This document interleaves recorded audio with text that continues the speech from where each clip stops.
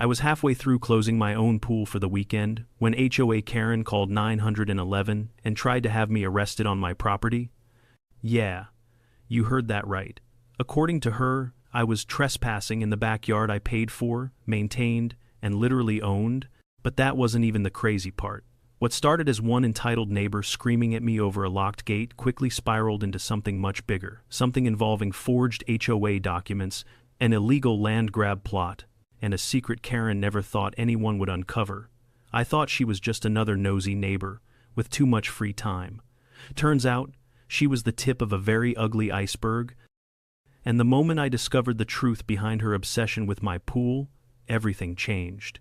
Before we dive into the full story, tell me where you're watching from and what time it is over there. Then hit subscribe so you don't miss how this HOA meltdown finally explodes. When I first bought the house, the pool was one of the main reasons I chose it. After 25 years of grinding through construction jobs, side hustles, and more overtime hours than I care to admit, that pool felt like the universe finally handing me a win, a little rectangular slice of peace. My retreat, my I finally made it moment. At least, that's what it was supposed to be. The trouble started 3 weeks after I moved in. I remember walking out with a cup of coffee, expecting to enjoy the quiet morning, only to see a complete stranger floating on a neon pink pool lounger like she was starring in her own low-budget commercial. She had sunglasses on, drink in hand, and the kind of smug posture that let you know she thought the world should revolve around her. Can I help you?" I asked, halfway thinking she might be a previous homeowner or someone who genuinely got lost. She barely lifted her head. "Gate was open," she said, like that somehow made it normal. I blinked. "Right, but this is my yard. It's fine," she said, waving her hand at me. "We're neighbors. It's basically community space." That was the first time I ever heard her voice, and somehow, I already knew I never wanted to hear it again. I introduced myself, tried to set boundaries politely, and explained that the pool was private property. She sighed dramatically, as if I'd just ruined her entire vacation in Malibu. "It's just water," she mumbled. "You don't have to be so territorial. That should have been the end of it." I thought maybe she was just confused or overly friendly in the worst possible way, but no. Karen returned the next afternoon, and the next, and the next. Sometimes she brought a friend, sometimes two.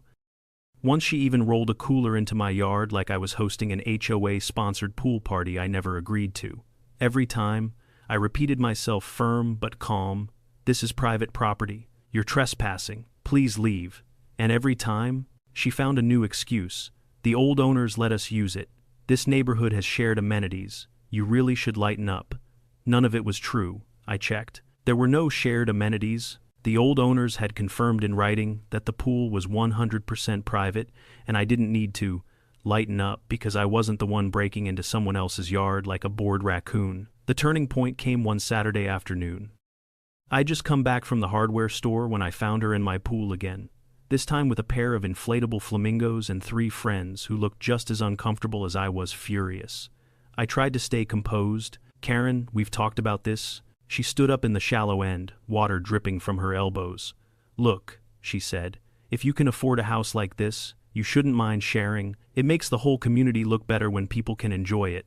"Karen," I repeated slowly, "this pool is not a community feature." She rolled her eyes.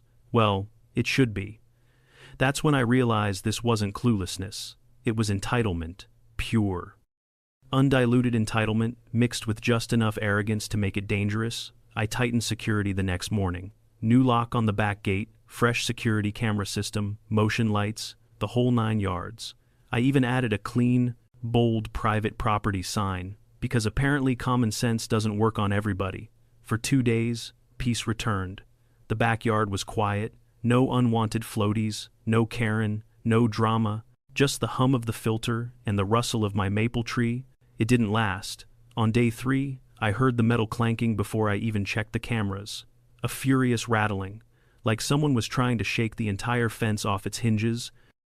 I opened the live feed on my phone, and there she was, Karen yanking at the locked gate with the determination of someone who had convinced herself she was the rightful owner of the Pacific Ocean.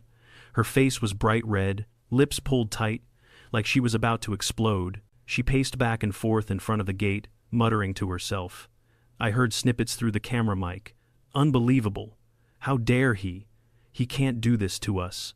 Us. Who was us? Because I certainly didn't remember co-signing a deed with her. Then, just as I was debating whether to go outside or call the police myself, she pulled out her phone, and that's when the scream hit. I'm calling 911. Of course she was.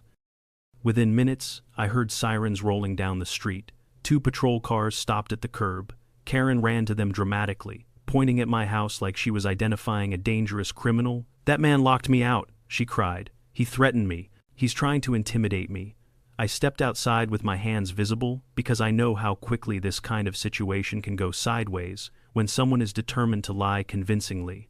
Good afternoon, officers, I said. Is there a problem? One of them looked between me and Karen, clearly already tired. She says you threatened her. I haven't spoken to her today, I replied. But I do have security footage of her trying to break into my gate. That got their attention. I played the footage. Karen's tantrum, her shaking the gate, her shouting, her attempt to bypass the lock, the whole performance. When the officers looked back at her, she froze like a deer caught in stadium lights. Ma'am, the older officer said, this man is the homeowner. He has the right to secure his property. You do not have the right to enter his yard or use his pool without permission, Karen sputtered. But he's doing it on purpose. He's keeping me out. Yes, I said dryly. That's sort of the point of a lock. The younger officer tried not to laugh. They warned her sternly that if she set foot on my property again, she would be arrested for trespassing.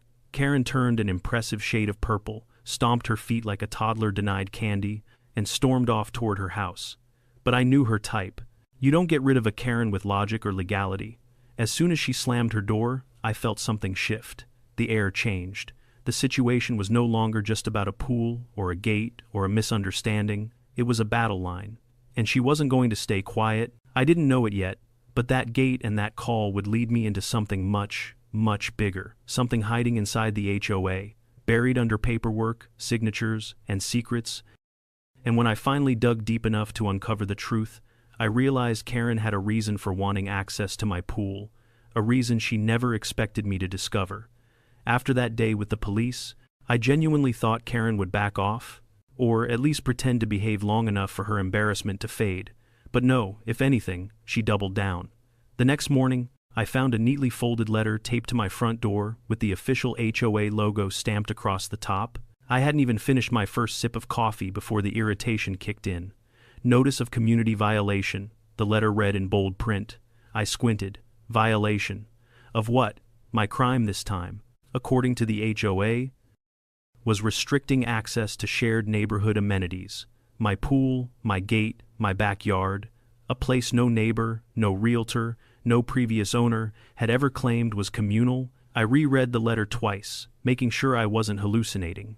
Nope, it was real and signed not just by the HOA board, but specifically highlighted under the vice president's name, Karen Reynolds. Of course, I marched down to the HOA office that afternoon, letter in hand.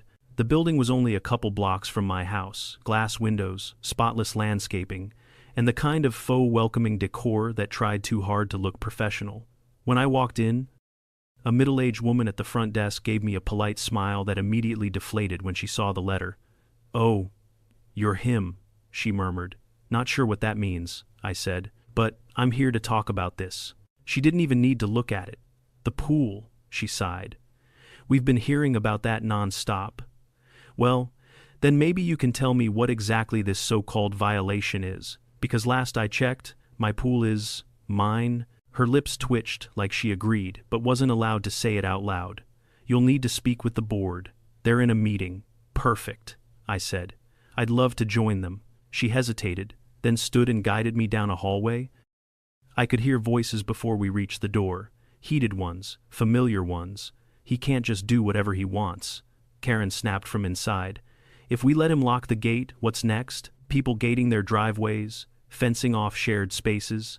That pool has been open for years." "Yes," someone else said, "but legally." "Legally," Karen cut in sharply. "We are the HOA. We decide what belongs to the community." I leaned into the doorframe, knocked once, and stepped inside.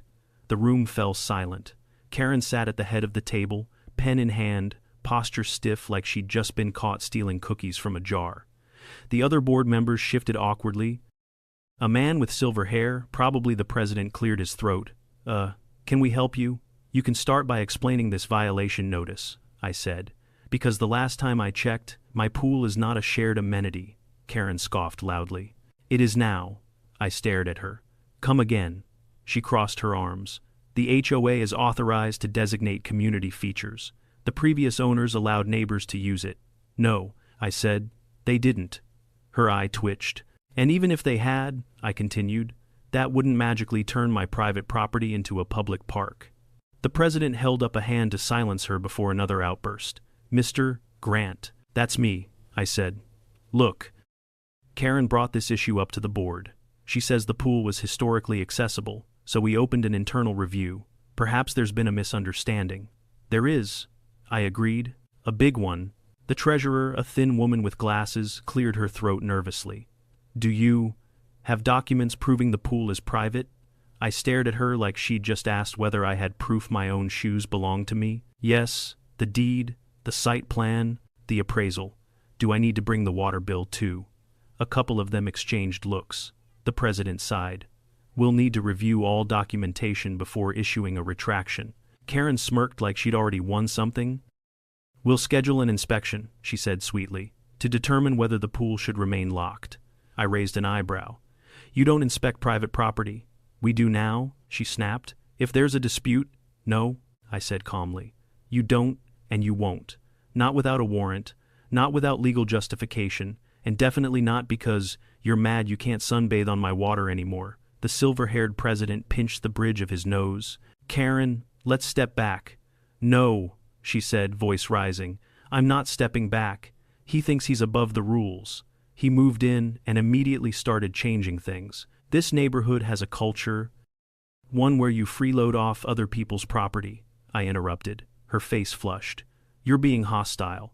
You called the cops on me for closing my pool, I reminded her. I'm allowed to be a little hostile. The president finally spoke with authority. Enough, Karen. The board will review the documents before taking further action. Mr. Grant, please submit copies tomorrow. I nodded slowly, but inside, something wasn't sitting right. Karen wasn't just entitled, she was determined, obsessed. And now, with the HOA partially entertaining her claims, the situation wasn't simply annoying anymore. It was dangerous. When I got home, I pulled out every document I had. The deed, title insurance, property boundaries, old construction permits from when the pool was originally installed. Everything was solid, crystal clear. No question, it was mine, but something was bothering me. The HOA was acting like they had paperwork that contradicted mine. That meant either they were bluffing or someone had been tampering with records. So I logged into the county's online property map, clicked my parcel, zoomed in. At first glance, everything looked normal until I noticed a tiny dotted line around the pool area, labeled Shared Utility Access. Pending update, pending update. I hadn't filed anything. I hadn't requested anything. Nobody had asked my permission for an update. That little dotted boundary didn't appear in any of my physical documents, but here it was on the county map. My stomach tightened. I dug deeper, opening old revisions of the same map, accessible through the county archive. The dotted line wasn't there 2 years ago, or 5 years ago, or 10. It appeared only recently, and the descriptor, pending update, was dated 3 months before I even bought the property. Someone had tried to redraw the boundaries. Someone had tried to change my pool into a shared resource. Someone had submitted something to the county, and it sure as hell wasn't the previous owners. I checked the digital signature on the submitted request. My heartbeat paused. It belonged to an HOA board member, Karen's close ally, a man who had resigned from the board 5 years ago, meaning the digital authorization was impossible, forged. Suddenly, the violation letter didn't feel like intimidation. It felt like the HOA testing whether I'd push back, seeing if I'd roll over, seeing if I'd accept their interpretation of the rules, but they had already planned this. I scrolled further until I found an internal HOA proposal leaked through a public meeting summary. The document referenced a future project, Community Wellness Initiative, Phase 1. Phase 1 included potential acquisition or reclassification of shared pool facility. Shared pool facility, my pool, my backyard, my property. This wasn't about Karen wanting to swim. This was about control. This was about money. This was about the HOA positioning themselves to take quietly, slowly, legally something that had nothing to do with them, and everything to do with boosting property values and justifying massive HOA dues increases. Karen's tantrums weren't random. They were strategic. I sat back in my chair, adrenaline creeping beneath my skin. She wasn't just a loud neighbor with no boundaries. She was part of something bigger, something the HOA hoped no one would notice. But they made one mistake. They underestimated how far I'd go to protect what was mine. I didn't sleep much that night. Not because I was scared, though I'd be lying if I said the thought of an HOA forging documents didn't put me on edge, but because I was angry, not the kind of anger that explodes out of you in one go. The quieter kind, the focused kind, the kind that makes you sit at your kitchen table at 2 a.m. with a legal pad, listing every inconsistency, every suspicious detail, every lie that suddenly made too much sense. By sunrise, I had a plan, or at least, the beginnings of one. But before putting anything into motion, I needed more than theories and screenshots. I needed proof, real, undeniable, legally explosive proof. The county clerk's office opened at 9. I walked through the doors at 8:58 with a folder under my arm and determination in my step. The receptionist was a thin man with round glasses and the weary expression of someone who'd spent too many years dealing with confused citizens and overdue tax bills. "Morning," he said. "How can I help you?" "I need access to property filings for Parcel 14B, I said. "Full history, digital, and print." He blinked. "All records, yes, everything." He raised an eyebrow but didn't push. "Give me a few minutes." He typed quickly, adjusting his glasses. After a moment he frowned. "That's strange. What is—" "Your parcel has 2 different boundary reports filed in the past year. One of them isn't showing as finalized, and the digital signature on the update request." He squinted at the screen. "This belongs to someone who isn't even listed as an active HOA officer." I played dumb, weird. "Could be an old signature on file." He shook his head. "Nope. The county wipes expired signatures from our system once an official's term ends. That's protocol." End quote.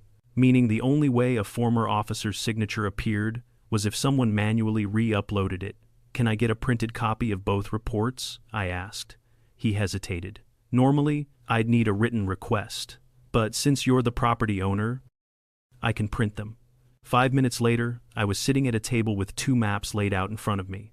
The first showed my property exactly as it should be. Clean lines, accurate boundaries, clear labeling. The second was almost identical, except for the dotted line around my pool, and a notation declaring the area a shared use improvement zone. But what made my blood pressure spike wasn't the dotted line. It was a handwritten note at the bottom of the second map, pending HOA review and community vote. The date, 6 months before I bought the house. The previous owner never mentioned any of this, not one word, and that's because nothing had been finalized. The HOA had attempted to start the process but didn't actually have legal authority to follow through. When the previous owner moved, the initiative should have died. But Karen didn't let it die. She revived it, and she got sloppy. I scanned the old meeting transcripts the clerk provided. In an HOA meeting from the year prior, Karen had stood up and said, "If we want to move this neighborhood forward, we need shared facilities. That pool is wasted as a single owner feature." There it was, not even subtle. But here's where things got interesting. The president at the time, an older guy named Martin, had shut the idea down. His exact words, "Private land is off limits. We're not touching that." 3 months after that meeting, Martin stepped down, citing health reasons. The new president stepped in someone much more malleable, someone far more connected to Karen. And then, almost immediately, the forged signature appeared on the county filing. Everything clicked into place like puzzle pieces, snapping together. The fake digital signature, the mysterious dotted boundary, the community project proposal, Karen's obsession with the pool. It wasn't just entitlement, it was groundwork. It was strategy. I thanked the clerk, left the building, and sat in my truck for a long moment, breathing through the mix of adrenaline and fury flooding my chest. I wasn't just dealing with a nosy neighbor anymore. I was dealing with a coordinated effort to take something from me, and they thought I wouldn't notice. They thought I'd roll over, or get intimidated, or just accept whatever the HOA decided. Not a chance. The next stop was the county surveyor's office. If the HOA had been tampering with documents, they might have tried altering survey records too. The surveyor, a stocky man with a friendly beard, recognized my parcel number immediately.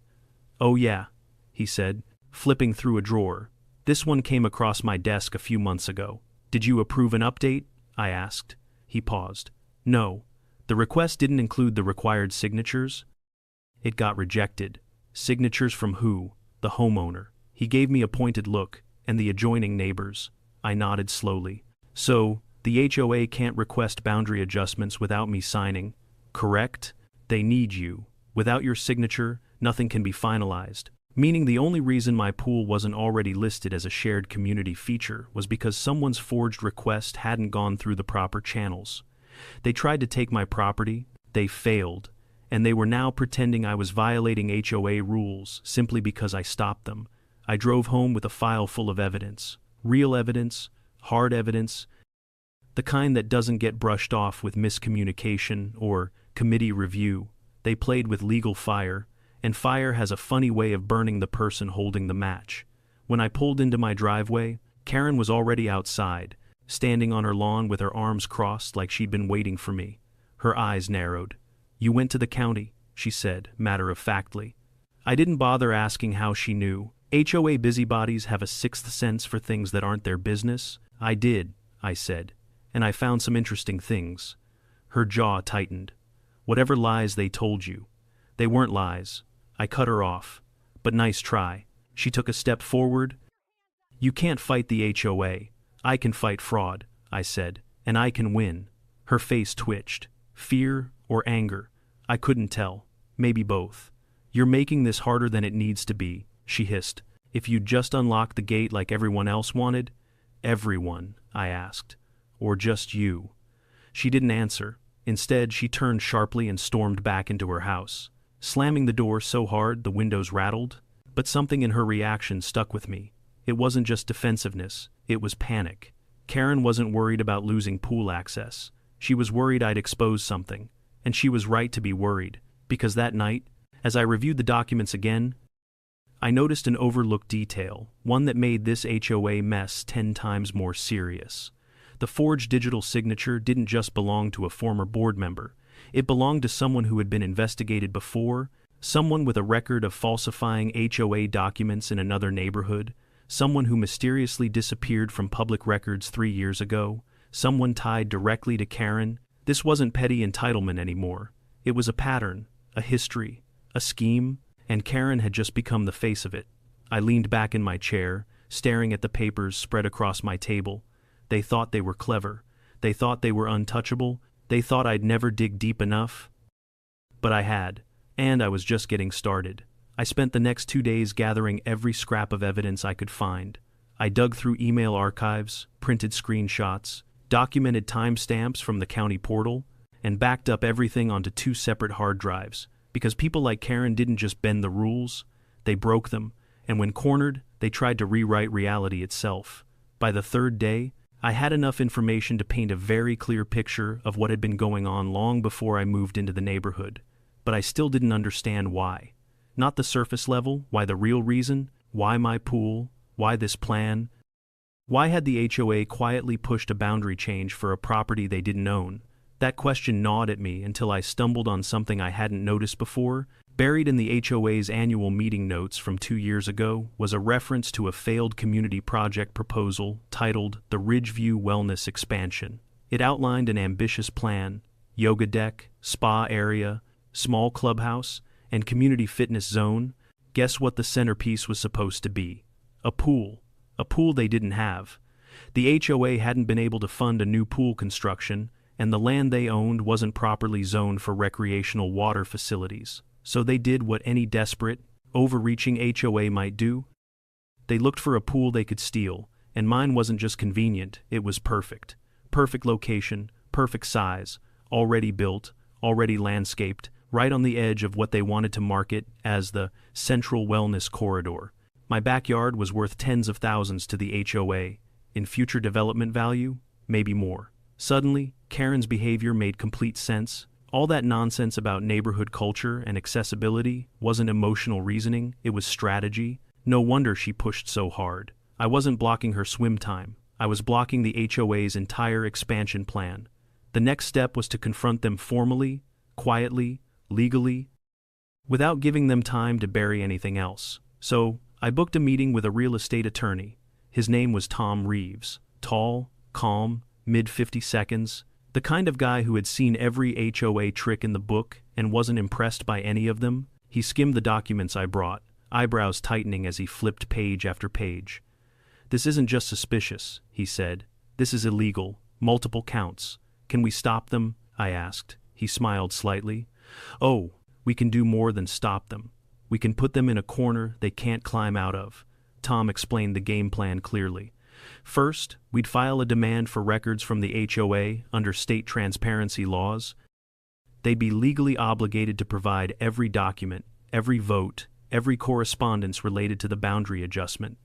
Second, we'd challenge the validity of the forged signature with the county and flag the filing as potentially fraudulent. Third, we'd notify the title insurance company, which would trigger their legal team to investigate because tampering with property boundaries can invalidate insurance coverage. And fourth, we'd give the HOA one chance to withdraw all claims and issue a written apology. If they refused, we'd sue. And we would win. Tom leaned back. "Trust me, Mr. Grant, they don't want this fight."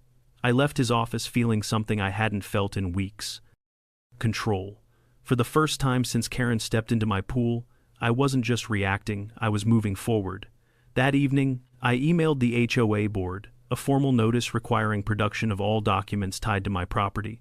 I CC'd the attorney, I CC'd the county office, I even CC'd the previous owners, just for good measure. Then I sat back and waited. It didn't take long. The next morning, there was a knock on my door, not a gentle one. I opened it to find the HOA president and 2 board members standing on my porch, looking like they'd just walked out of a funeral. Karen wasn't with them, which was either a blessing or a sign she was cooking up her own brand of chaos. "We need to discuss your email," the president said stiffly. "That's what I expected," I replied. "Come in." We sat at the dining table. The president cleared his throat. "This escalation isn't necessary. There's been a misunderstanding." "No," I said, "there hasn't. There's been a forgery. There's been a fraudulent filing, and there's been an attempt to reclassify my private pool as a shared amenity." The room went still. The treasurer looked pale. The president tried again. "Surely we can resolve this quietly." "That depends," I said. "Are you retracting the violation notice?" He exchanged a look with the others. "Pending, review, wrong answer, that's fine," I said calmly. "My attorney will handle it." The treasurer suddenly blurted out, "This wasn't my idea. I told Karen we shouldn't push it, but she wouldn't listen." The president shot her a warning glare, but it was too late. The truth was spilling out. "Karen told us the previous owner allowed community use," the treasurer said. "She claimed it was an HOA tradition." I laughed under my breath. "Karen lied." The president exhaled heavily. "We may have relied too much on her information." "Then you'll fix it," I said. "All of it. Every filing, every violation, every internal note referencing my property." The president folded his hands. "We'll review the documents and respond formally." "Great," I said. "Please do." They left looking like they'd aged 5 years. As I closed the door, a new feeling settled in my chest. Not relief, exactly, but anticipation. Something told me this wasn't going to end with a polite retraction. And I was right. 2 hours later, I caught movement on my backyard camera. Karen stood at the fence line, hands gripping the slats, staring into my yard like a wolf studying her prey. Then she noticed the camera, and she smiled. Nothing good ever begins with that kind of smile. The next morning, a neighbor knocked on my door. His name was Mike, mid-40 seconds, quiet, friendly enough, though we'd only exchanged waves before. "I thought you should know," he said carefully. "Karen's been talking to people, going door to door, saying you're trying to take away community resources." I stared. "My pool?" He nodded. "She told people you're planning to sue the HOA into bankruptcy, that you're selfish, that you're trying to change the culture of the neighborhood." I couldn't help it, I laughed. "I moved in 3 months ago. I don't even know what the culture is." Mike didn't laugh. "People listen to her. She's been here a long time, and she likes control." That last part wasn't news, but the way he said it, that was... I asked him what he meant, and he hesitated not out of fear of me, but out of caution. Finally, he said, "Karen has a history. This isn't the first time she's targeted someone, and the last guy who challenged the HOA, his life got messy real fast. The hairs on the back of my neck rose. Messy how? Let's just say, they found violations everywhere on his property. Fines, letters, threats, anonymous complaints. He eventually moved. I felt cold. You think Karen was behind it? I don't think, Mike said. I know. She bragged about it. For a moment the room felt smaller, tighter. This wasn't petty. This wasn't impulsive. This wasn't one irrational neighbor throwing tantrums. This was a pattern of weaponized HOA power, and I was her new target. But Karen made one critical mistake. She picked the wrong guy. Because unlike the last homeowner she pushed out, I was digging deeper, and I wasn't scared to pull every rotten thread until the whole thing unraveled. And soon enough, it would. Mike's warning stayed with me long after he left. It didn't just linger, it rearranged the entire framework of the situation in my mind. What I thought was a single neighbor's obsession suddenly looked like a long-standing pattern of control, manipulation, and quiet retaliation. Karen wasn't just entitled, she was strategic. She didn't simply want something, she removed people who got in her way, but what she didn't seem to understand yet was that I wasn't going anywhere. That afternoon, I organized all the documents again, county filings, archived maps, meeting summaries, screenshots, and every piece of footage my cameras had captured. I made duplicate folders, backed them up across devices, and printed physical sets for my attorney. The more I looked at the evidence, the more one thing became clear. Karen had crossed lines long before she ever stepped foot in my pool. But now, I was going to make sure those lines buried her. The next official step was sending the HOA a legal demand letter. My attorney drafted it with surgical precision, polite, unwavering, and packed with enough legal weight to make a full-grown man sweat through his shirt. It demanded the board turn over every communication involving my property, any changes discussed in relation to community amenities, and any correspondence involving the forged signature. We gave them 10 days. They responded in one. At 8:17 the next morning, my inbox pinged with a message titled, HOA Records, Partial Fulfillment, Partial. That was never a good sign. I opened the attachment, expecting a few spreadsheets and meeting notes. What I found instead was a carefully curated collection of sanitized documents, things they wanted me to see, not the things I asked for. Missing emails, missing drafts, missing minutes from multiple executive meetings, and strangest of all, missing any reference to the boundary change proposal. It was too clean, too intentional. Someone had scrubbed these files. I forwarded everything to Tom, and within minutes he called me. They're hiding something, he said, and hiding things in response to a records request is a violation in itself. What's next? I asked. He paused. We push harder, and we make it public. Public. That word stuck in my mind long after the call ended. People like Karen thrive in the shadows behind closed doors, behind official signatures, behind rules written in language so vague it can be bent like wet cardboard. But the moment you shine a light on them, the illusion cracks. And that was the point of my next move. I created a shared online folder and uploaded every piece of evidence, every document, every screenshot, every county report, everything I had. Then I shared that folder with the entire HOA board, copying the neighborhood email directory. No commentary, no accusations, just the truth. An hour later, my phone started vibrating non-stop. 11 missed calls, a dozen texts, 3 emails titled, "We need to talk." But one message stood out. From a board member named Lisa, it read, "Can we meet privately? There are things you don't know, and I think they're about to get worse." I agreed to meet her at a coffee shop outside the neighborhood, a neutral place. Away from HOA ears, she arrived looking nervous, checking over her shoulder before sitting down. She didn't waste time. "Karen's been manipulating the board for years," she said quietly. "Intimidating, pressuring, bullying. People don't push back because they know she makes your life hell if you cross her." I leaned in. "Why target my property?" Lisa exhaled. "Because Karen made promises, big ones. She told the board that if they supported her vision, she'd secure funding, get community backing, and move the HOA into a new era. She claimed she had connections with county officials. She even said she could streamline the process by filing documents herself, and they believed her. I asked. "She's persuasive," Lisa admitted, "and relentless, And, when she wants something, she digs in until everyone's worn down. I thought about the rattling gate, the screaming, the lies to the police. Yes, relentless was accurate, Lisa continued. But she also falsifies information. She brings in documents, claims they're from the county, and threatens to report board members who question her. People went along with it to avoid conflict. Did she forge the signature? I asked. Lisa hesitated, but not for long. She did, or she had someone do it. But it wasn't the board. Most of them didn't know anything about it. Do you have proof? I asked. She swallowed. I have emails, messages she sent me and others, plans, drafts, even voice notes. I didn't hand them over to your attorney yet because, well, honestly, I was scared.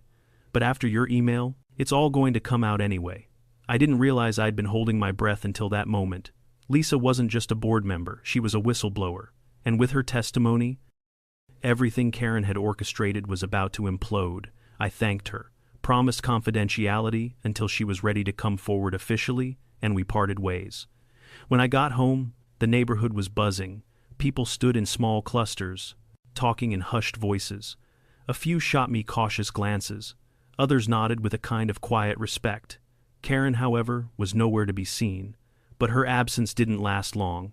At 6:14 p.m., I received a notification from my backyard camera.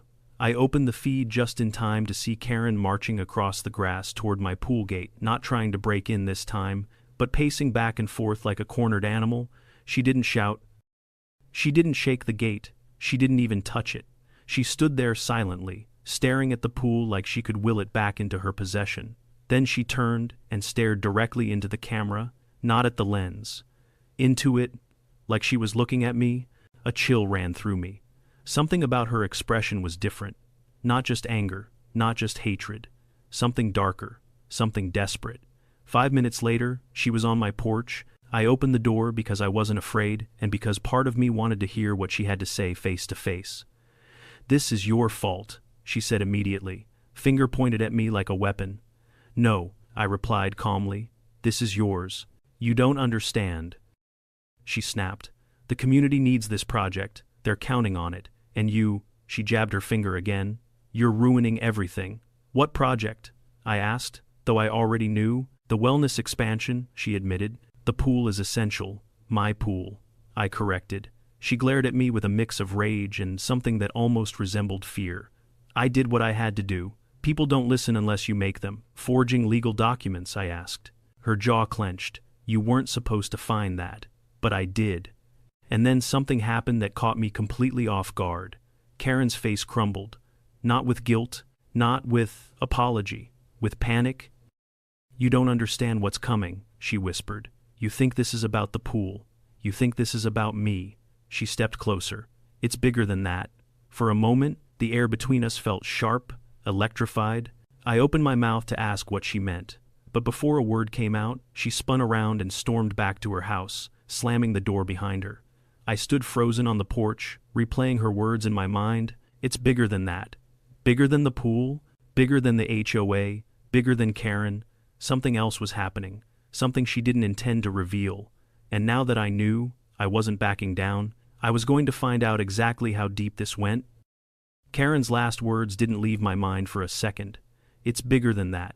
Bigger than the HOA, bigger than her obsession with my pool, bigger than forged signatures and doctored county filings. The more I replayed that sentence, the more it felt like a warning, not for my sake, but for hers. People don't panic like that unless something is collapsing behind them. The next day, I woke up to an email from Lisa. "I'm ready. I'm sending everything." Attached were 34 files. Emails, screenshots, board meeting drafts, and most damning of all, voice messages from Karen herself. I listened to the first one with my morning coffee, expecting entitlement, arrogance, maybe even rage. But what I heard was calculation. "We move forward regardless of homeowner consent," Karen said in one voice note. "Once the boundary change is approved, legal challenges will be too expensive for him to pursue. He'll give up." In another, "The board will vote how I tell them to vote. They always do." But the final recording, the one Lisa marked urgent, was the nail in the coffin. Karen's voice sounded frantic, almost feverish. "We need the expansion finalized before the audit. If they find out where the funds came from, or where they went. I'm done. Funds, audit. That was new. I forwarded everything to Tom. His response came within minutes. Call me, now. When he picked up, his voice was sharper than usual. This isn't just a boundary dispute anymore, he said.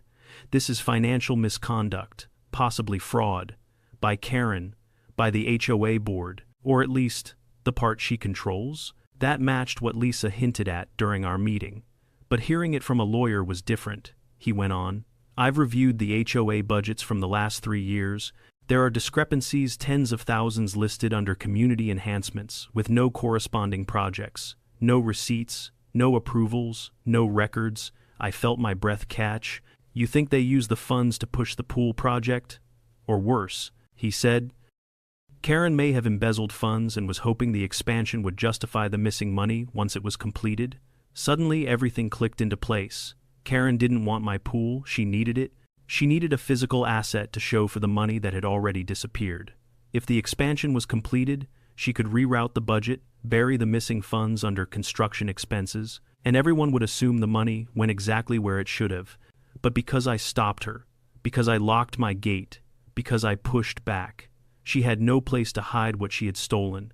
And now, that desperation I saw in her eyes, it made perfect sense. Karen wasn't fighting for power. She was fighting for survival. The next 72 hours were a whirlwind. Tom filed official notices with the county and the state oversight department. Lisa provided a sworn statement and handed over additional files. The previous homeowner confirmed in writing that the pool had never been shared. More neighbors reached out quietly, admitting Karen had bullied them for years. And then, the inevitable happened. The HOA called an emergency meeting. Not the usual monthly gathering with lemonade and a folding table in someone's driveway. A real meeting, formal, mandatory attendance. Every homeowner required to be there. The room they rented was the community center gym. They needed that much space. Word had spread fast. Whispers of fraud, illegal filings, boundary tampering. People showed up in clusters, talking in low voices. Some angry, some confused, some eager for a showdown. I walked in with Tom beside me. Not a soul tried to stop us. Karen was already there, standing at the front of the room with the HOA president, her arms crossed, chin lifted high in a brittle show of confidence. But even from across the gym, I could see the tightness around her eyes, the fear she was trying to bury. The president called the meeting to order. There have been accusations, he began, regarding the handling of property boundaries, financial records, and conduct within the HOA. A murmur spread through the room. He didn't finish the sentence. The side door slammed open, and 2 county officials entered. Accompanied by a deputy sheriff, the room went silent. Karen stiffened like someone had poured ice water down her back. One official stepped forward. We are here on behalf of the county property office and the community financial oversight committee, he said. We have received credible reports of falsified documents and misappropriated funds. The deputy unfolded a sheet of paper, a warrant. Karen's face drained of color. No, she whispered. This is a mistake. This is all a misunderstanding. But the official continued speaking, voice steady and resolute. Based on evidence provided over the last several days, including testimony from board members and the property owner, we have reason to believe that financial misconduct has occurred within this HOA. Gasps rippled through the crowd. The deputy stepped toward Karen. Ma'am, we're going to need you to come with us. She stumbled backward. No, you can't arrest me. I'm the victim. She pointed at me with trembling hands. He orchestrated this whole thing. He tricked all of you. Ma'am, the deputy repeated calmly. Please turn around. Karen shook her head. You don't understand. I didn't have a choice. The project it needed to go through, the audit. The words spilled out before she could stop herself. And that was it. That was the admission they needed. When the deputy took her by the arm, she tried to yank away, screaming now wild, desperate, losing every ounce of control she once wielded so easily. This neighborhood needed me. I did everything for you people, everything. Her voice cracked under the weight of her own downfall. Neighbors she had pushed around for years watched in stunned silence as she was handcuffed and escorted out of the gym. Some whispered, some shook their heads, some looked relieved. The moment she disappeared through the exit, the room erupted questions. Accusations, disbelief. The president tried to call for order, but it was pointless. Chaos filled the space Karen once dominated. And through it all, Tom leaned toward me and said quietly, "This is only the beginning. When the financial records are fully reviewed, others may go down with her." He was right. The coming investigation would unravel every thread, every shady vote, every missing dollar, every time Karen used the HOA as her personal hammer. But for the first time in months, I felt the knots inside me loosen. Justice wasn't just coming, it had arrived. 2 days later, the HOA issued a formal apology, retracting every violation notice ever sent to me. They suspended all board activities pending a full audit and appointed an interim committee made of neutral residents, including Lisa. My pool was mine again, my property was safe, Karen's influence was gone, but the biggest shock came when the county released preliminary findings.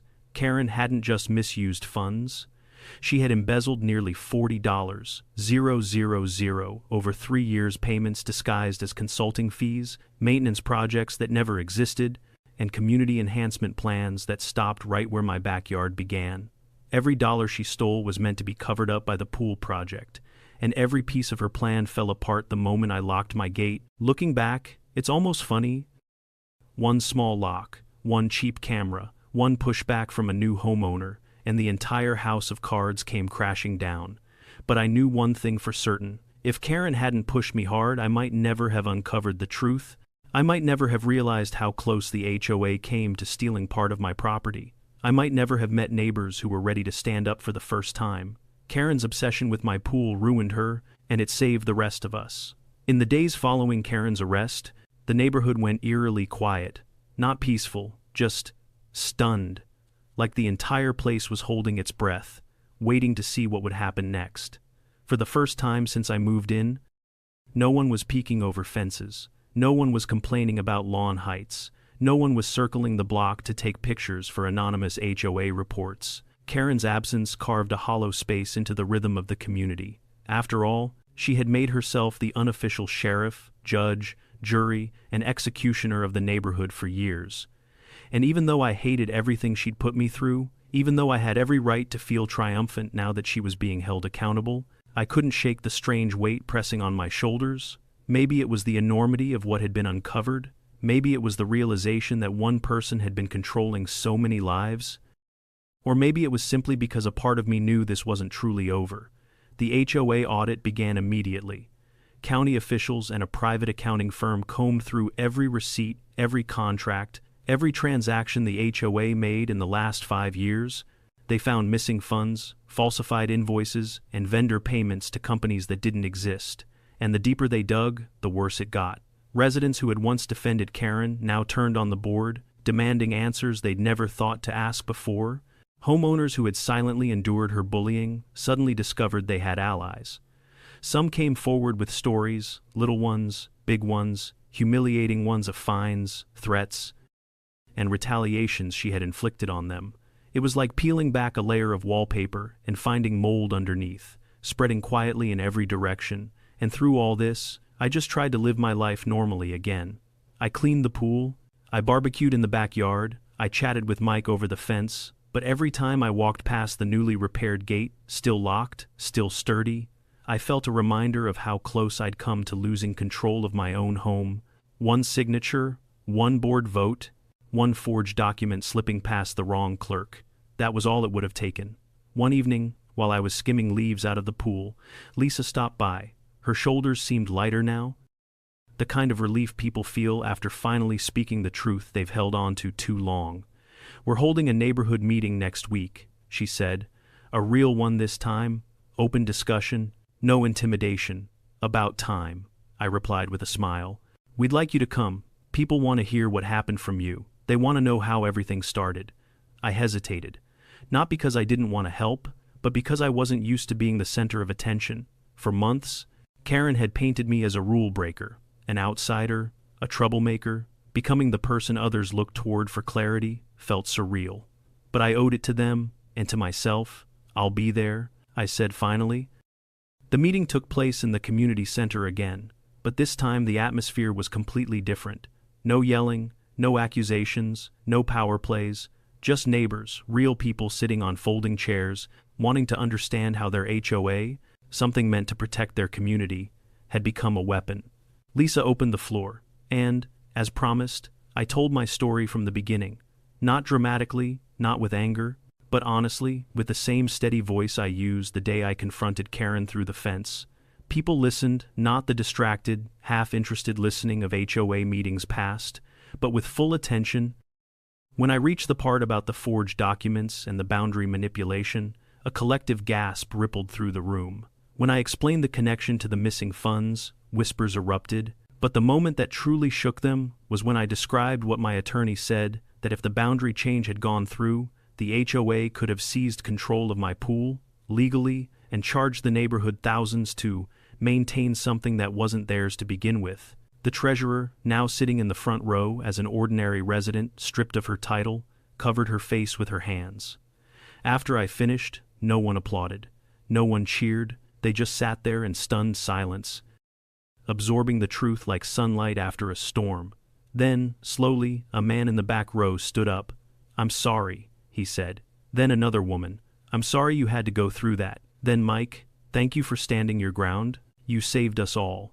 And, one by one, the room filled with small but genuine acknowledgments that made something in my chest loosen for the first time in months. The HOA reorganized after that meeting, not repaired, rebuilt. A neutral third-party oversight committee was appointed until the audit concluded. New elections would be held, transparency rules were implemented, and, most significantly of all, a rule was passed unanimously.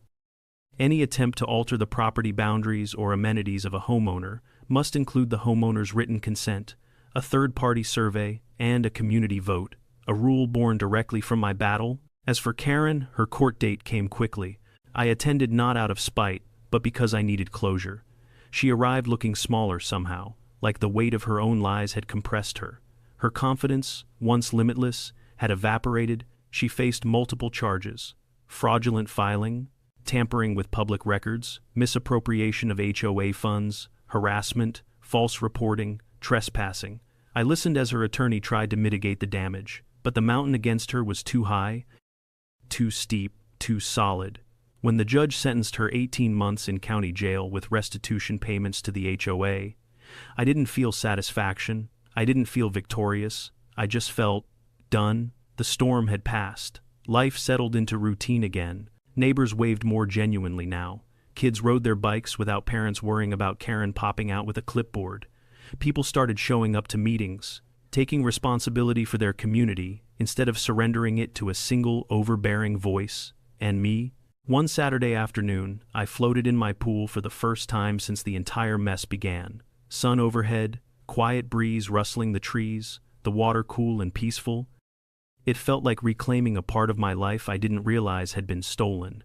As I closed my eyes, I thought about everything that had happened, all because one person believed she was above the rules, and everyone else believed they were powerless to stop her. It took one person to break the cycle. Someone stubborn enough, calm enough, prepared enough, and angry enough to fight back. I didn't plan to be that person, but I'm glad I became him. If this whole ordeal taught me anything, it's that silence is the soil where people like Karen grow. HOAs, like any system of authority, only work when the people they represent stay involved. The moment you step back and let one voice dominate, that voice becomes a hammer, and eventually, someone gets hit. Stand up early, question everything, protect what's yours, and don't be afraid to shine a light where shadows grow. I shared my story.